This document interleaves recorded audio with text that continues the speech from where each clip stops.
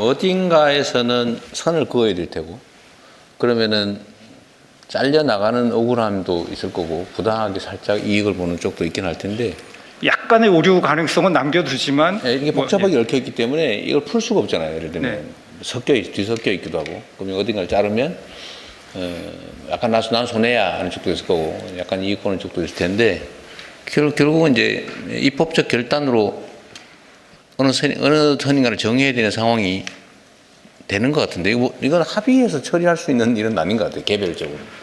예를 들면 어떤 약간의 오류 가능성은 남겨두지만 그 과정에서 이제 이해 관계자들이 충분히 사후 조정은 하게. 예를 그렇죠. 들면 사전에 다 동의를 안 받으면 그 자체를 제재한다고 하는 것은 제가 보기에는 안타까운 얘기가 될 것 같고, 일정선을 정하되 이제 사후적으로 조정을 해줘야 되겠죠. 예를 들면 부당하게 손해본 쪽, 부당하게 이익을 본 쪽을 조정해 준다. 근데 그게 어느 선으로 해야 되는지 아무도 지금 감을 못 잡는 거죠. 그건 이제 대화를 많이 해야 됩니다. 해결 방안도 있어요. 어쨌든 제가 보기에는 입법적으로 해결하는 것밖에는 방법이 없을 것 같은데. 네, 저 중기부 장관 한성숙입니다.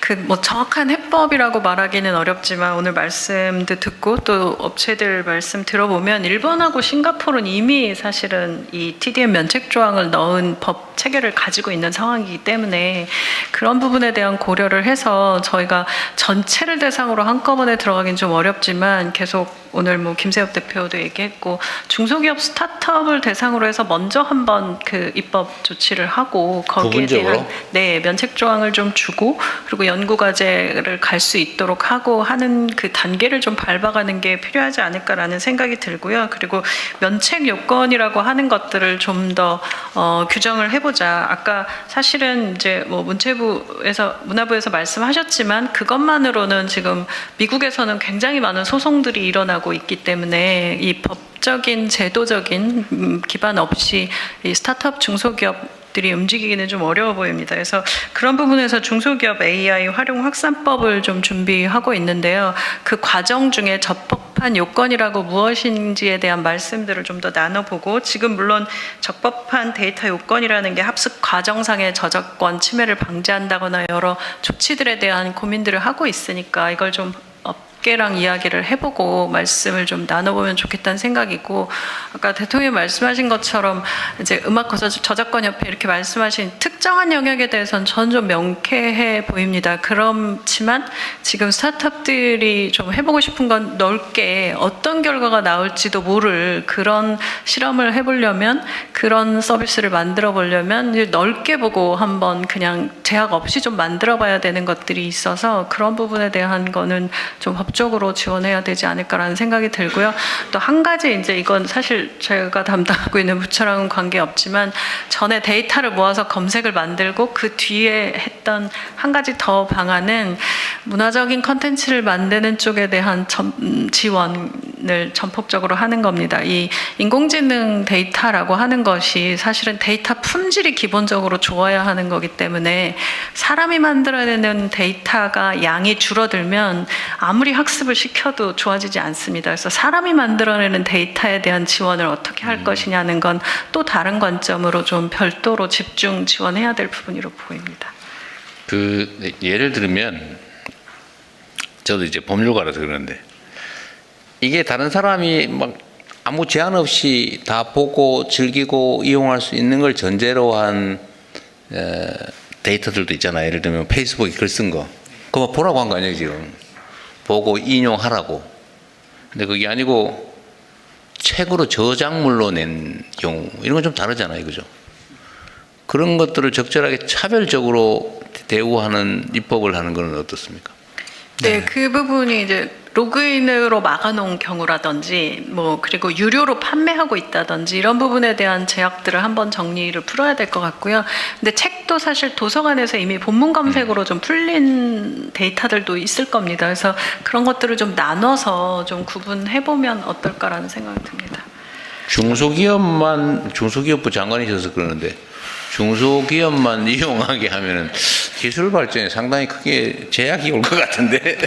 다 풀어주시면 제일 좋지만 지금 현재 이제 너무 많은 논의와 이것 속에 시간이 계속 가고 있고, 그러니까 그렇죠. 중소기업 스타트업을 대상으로 해서 먼저 테스트를 해보고 지금. 그런데 사실 그건 제가 보기엔 매우 약간 비현실적일 것 같아요.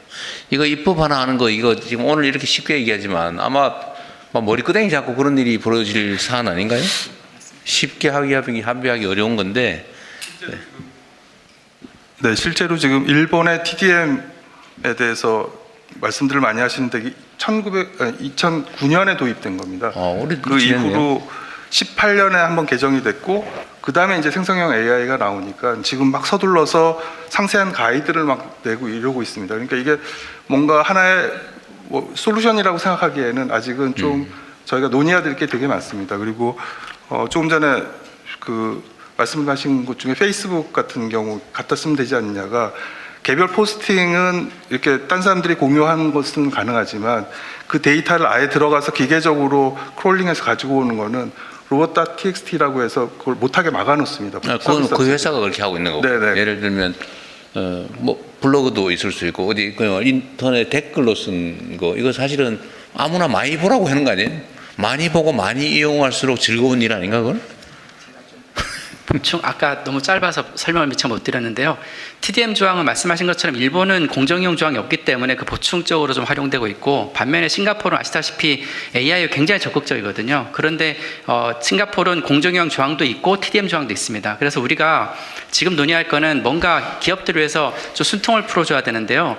사실 제가 느끼기에 많은 기업들이 원하는 거는 완전 면책이나 돈을 안 내겠다라는 게 아니라, 사실 데이터를 수집하는 과정에서, 특히나 이제 공개된 데이터를 막 수집하는 과정에서 이게 도대체 누구 건지 모르는 상태. 그러니까 예를 들면 우리가 정상적인 저작권 시장이 있으면 거기에서 접근하는 건 당연히 누군지 확인할 수 있고요. 거기엔 대부분 다 이제 기술적 보호 조치와 이제 권리 관리 정보라고 해서 다 확인이 되거든요.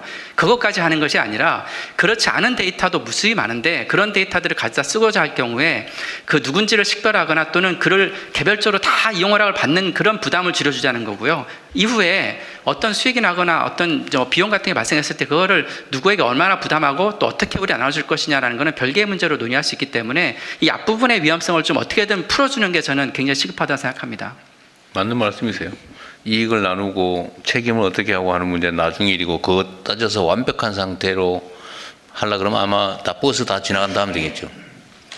네. 예, 말씀하십시오. 예. 네, 안녕하세요. LGAI 연구원의 김유철이라고 합니다. 제가 준비한 내용이 방금 대통령님 말씀하신 것처럼 모두가 접근 가능한 데이터가 있고 또 비용을 주고 살 수밖에 없는 데이터들이 있습니다. 그래서 사실 TDM 규정이나 이런 것들이 이미 모두가 사용할 수 있도록 공개되어 있는 인터넷 데이터에 있어서 좀 학습을 자유롭게 해달라는 이야기고요. 이것도 처음에 모두에 말씀하셨던 것처럼 해외 기업들이 이미 다 긁어갔음에도 불구하고 우리가 접근하지 어려운 영역들이 있습니다. 특히 고급 지식 중에서 요즘 가장 트렌디한 데이터가 다양한 자격증이나 국가고시의 시험과 답변에 대한 데이터입니다. 그리고 우리나라는 인터넷화가 잘 돼 있어서 큐넷이나 여러 사이트에 이런 문제들이 다 이미 공개되어 올라가 있습니다. 그래서 누구나 무료로 액세스를 할 수가 있는데, 우리는 저작권 가이드라인에 따르면 원저자의 이용 허락을 받아야 됩니다. 저희가 한 136개 기업 업종 단체 협회한테 이걸 다 요청을 했는데 모두가 다 거절을 하기는 했습니다. 아니 그 국가고시 시험 문제는 일종의 공공 데이터고, 그게 무슨 소유권이 있는 것도 아니고 그건 막 써도 되는 거 아닌가요? 왜 문제가 되지? 그거는 조금 이해가. 그러니까 이 부분 공공 데이터도 그 출처에 표시하고 방법 적용 방법에 대해서 제한이 있습니다. 그래서 저희가 그 활용 방법에 잠깐만요. 그 제한이 있는 걸 풀자는 얘기하고 있는 거잖아요. 맞습니다. 그러니까 원론적으로 국민이 세금 내서 만든 공공자산인데 이미 다 공개된 시험 문제 답안 얘기 이런 맞습니다. 근데 원론적으로는 지금 문체부 가이드라인에서도 원 저작자의 허락을 전부 다 득하라고 그 가이드라인은 바꿔야죠. 그러니까 오늘은 그런 얘기를 하는 자리지 뭐 그 규정이 있는데라고 할 필요는 없고, 그런 거는 없애야 되는 게 맞는 거죠. 그건 사실 논의할 가치도 없는데 그건.